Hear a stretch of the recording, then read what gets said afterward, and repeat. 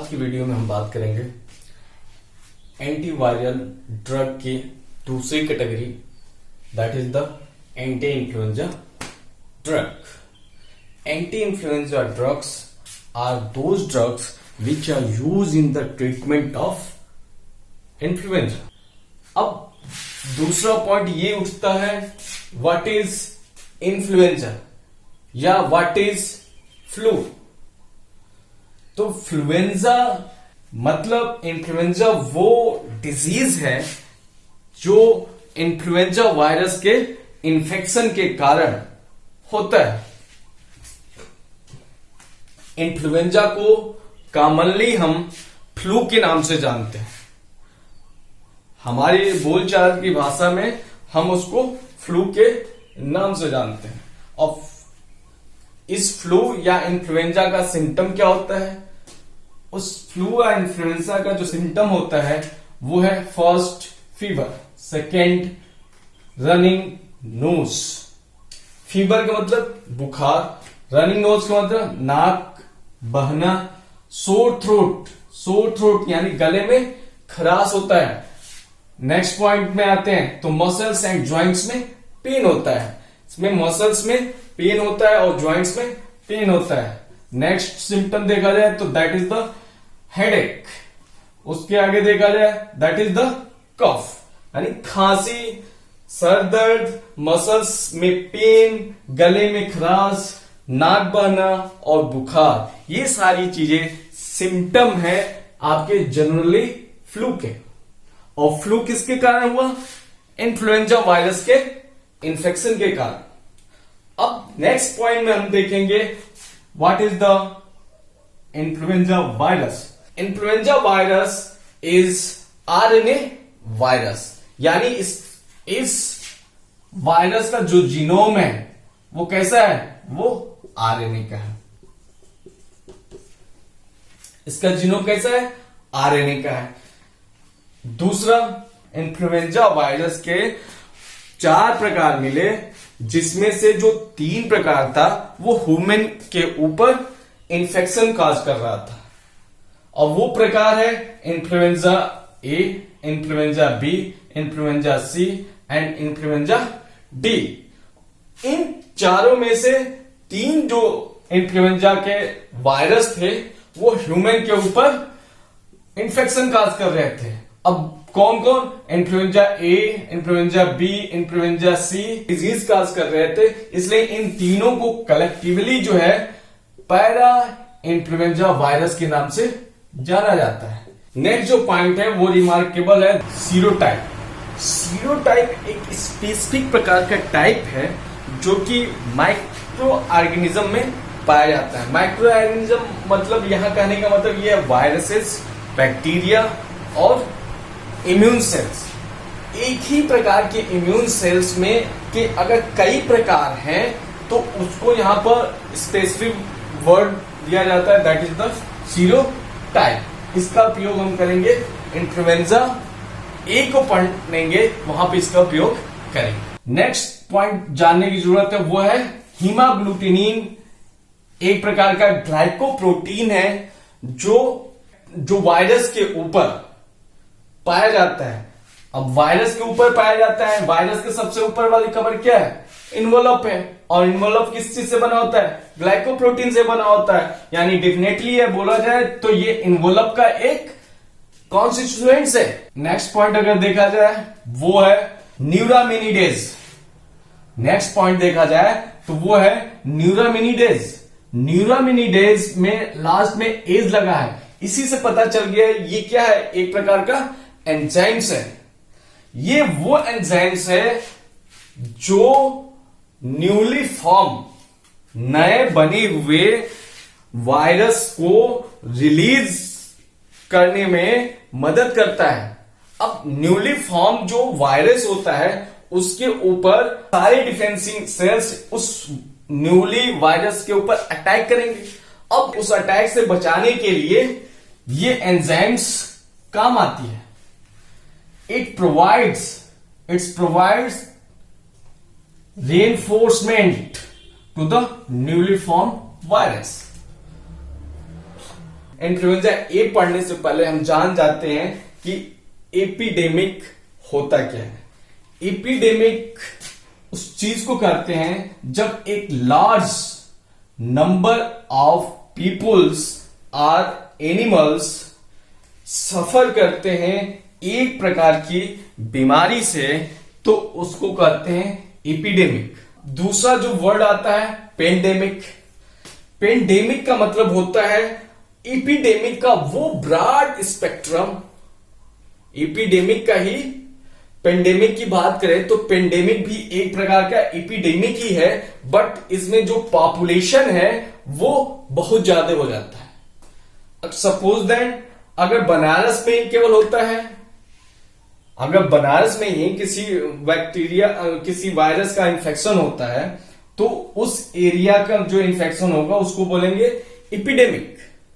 But अगर ये बनारस से जौनपुर पूरा उत्तर प्रदेश में अगर भ्रमण कर जाता है या पूरे उत्तर प्रदेश में ये इन्फेक्शन काज हो जाता है तो इसको बोलेंगे पेंडेमिक। अब आते हैं इन्फ्लुएंजा वायरस के ऊपर। इन्फ्लुएंजा वायरस ह्यूमंस में सबसे ज्यादा इन्फेक्शन कॉज करने वाला कॉजिंग एजेंट है। अब उसकी अगर सेरोटाइप की बात करें तो फर्स्ट है H1N1। H1N1 को हम जो है दूसरे नाम से भी जानते हैं, that is the swine flu. दूसरा जो टाइप है वो है H2N2, उसको दूसरा नाम जो बोलते हैं उसको बोलते हैं एशियन फ्लू। ये आया था आपका 1957 में, स्वाइन फ्लू आया था 1918 में। तीसरा अगर पॉइंट देखें तो वो है, तीसरा फॉर्म देखें तो वो है H3N2, उसको दूसरा नाम है हांगकांग फ्लू। ये आया था 1968 में। नेक्स्ट अगर देखा जाए तो वह है H5N1, that is the world flu, और वो आया था 2014 में। इसके और भी फर्दर जो है स्ट्रेन पाए जाते हैं, इसके फर्दर और ढेर सारे स्ट्रेन पाए जाते हैं जैसे H9N2 और सो ऑन, और उनके ऊपर काम चल रहा है। वो हो सकता है भविष्य में और भी ज्यादा खतरनाक रूप में आपके सामने आए। ऊपर पाया जाने वाला जो इन्वोलप है, उस इन्वोलप के ऊपर जो पाए जाने वाला ग्लाइकोप्रोटीन है, उसी के आधार पर इसका नामकरण हुआ। और वो ग्लाइकोप्रोटीन कौन सा है? वो यही ग्लाइकोप्रोटीन है, दैट इज द हीमाग्लूटिनिन, जिसको हम H से डिनोट करते हैं। और ये कहां पाया जाएगा? इसी इन्वोलप के ऊपर पाया जाएगा। और ये काम क्या करता है?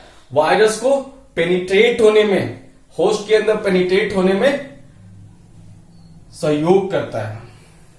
दूसरा जो N है, ये जो N है वो लिया गया है न्यूरामिनिडेज एंजाइम से। और न्यूरामिनिडेज एंजाइम्स क्या करता है?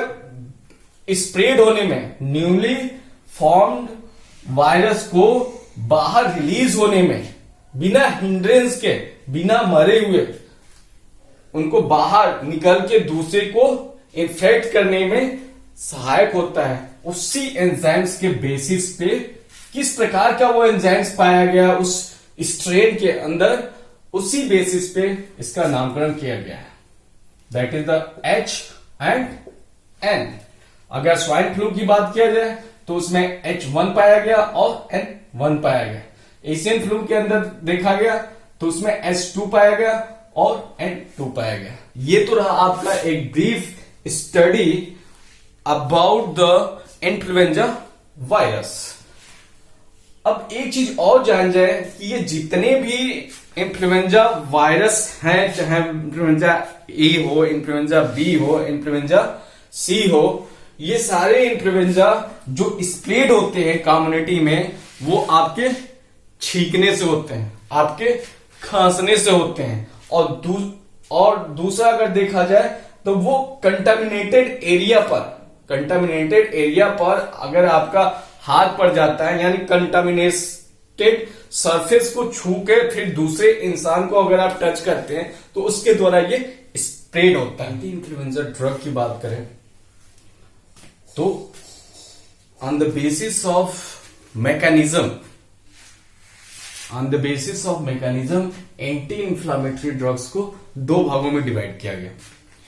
एक जो टाइप बना उसको बोला गया इनहिबिटर ऑफ वायरल अनकोटिंग। आपको जो है मैंने जो फर्स्ट वीडियो बनाया था the life cycle of the virus, उसमें बताया था कि अनकोटिंग होती क्या है। यहां भी आपको एक रफ आइडिया बता दो। अनकोटिंग का मतलब होता है कि वायरस की एंट्री हो गई और एंट्री के साथ ही जो वायरस का बाहर वाला कवर है, इन्वोलप है, वो इन्वोलप डिजॉल्व कर दिया जाए और उसके भीतर जो कैप्सिड है उस कैप्सिड को डिजॉल्व कर दिया जाए। यानी इसके भीतर जो जीनोम है, आपका जो आरएनए का जो स्ट्रैंड है, वो स्ट्रैंड जो है होस्ट सेल के अंदर पहुंच जाए। इसी प्रोसेस को कहते थे हम अनकोटिंग। तो जो इस कैटेगरी की ड्रग है वो स्पेशली इस वायरस की अनकोटिंग को क्या कर देती है, इनहिबिट कर देती है। वायरस एंट्री तो कर गया बट उसका जीनोम जो है सेल्स के अंदर पहुंच ही नहीं पाएगा। जब वो पहुंचेगा ही नहीं तो फिर आगे का फर्दर उसकी लाइफ साइकिल होगी नहीं, तो अल्टीमेटली वो क्या हो जाएगा, उसका इन्फेक्शन खत्म हो जाएगा।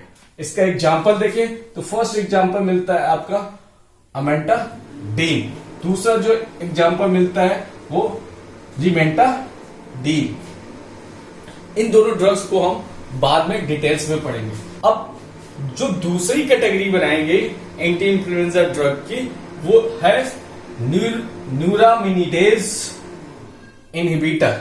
और अभी हम लोगों ने देखा न्यूरामिनिडेज एंजाइम्स। न्यूरामिनिडेज एंजाइम्स रिलीज को, जो वायरस न्यूली फॉर्म वायरस था उसको जो है मीडियम में रिलीज करने में पार्टिसिपेट कर रहा था। उसका एक प्रकार से न्यूली फॉर्म वायरस का ये प्रोटेक्शन का काम कर रहा था। उसी प्रोटेक्शन को क्या कर दिया जाएगा, इस ड्रग्स के द्वारा इनहिबिट कर दिया जाएगा। और ये ड्रग कौन कौन सी है, ओसेल्टामिविर और जोनामिविर। ये दो ड्रग हैं जो न्यूरामिनिडेज एंजाइम्स को इनहिबिट कर देती है और फर्दर इंफेक्शन को, अगर एक सेल आपके इंफेक्टेड हो गई है तो दूसरी सेल को इंफेक्शन से ये बचाने का काम करती है। यानी स्प्रेडिंग को अगर बोला जाए तो ये ड्रग जो है स्प्रेडिंग को खत्म कर देगी। जब स्प्रेडिंग को खत्म कर देगी तो वायरस का इंफेक्शन खत्म हो जाएगा। इसका निमोनिक्स अगर देखा जाए, एंटी इन्फ्लुएंजा ड्रग्स के निमोनिक्स की अगर बात करें तो हमने बनाया था सर्दी राजो, और हमने पिछली वीडियो में बताया था कि ये सर्दी राजो का जो क्रम हमने बैठाया था, राजो का जो क्रम बैठाया था वो मोड ऑफ एक्शन के बेसिस पे ही बैठाया था। वो क्या, इसमें आर है, आर फार है रिमेंटाडिन और ए फार है एमेंटाडिन। ये दोनों क्या है, एक कैटेगरी की हैं।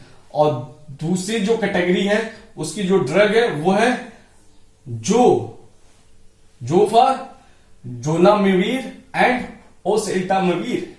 तो ये तो रहा निमोनिक्स।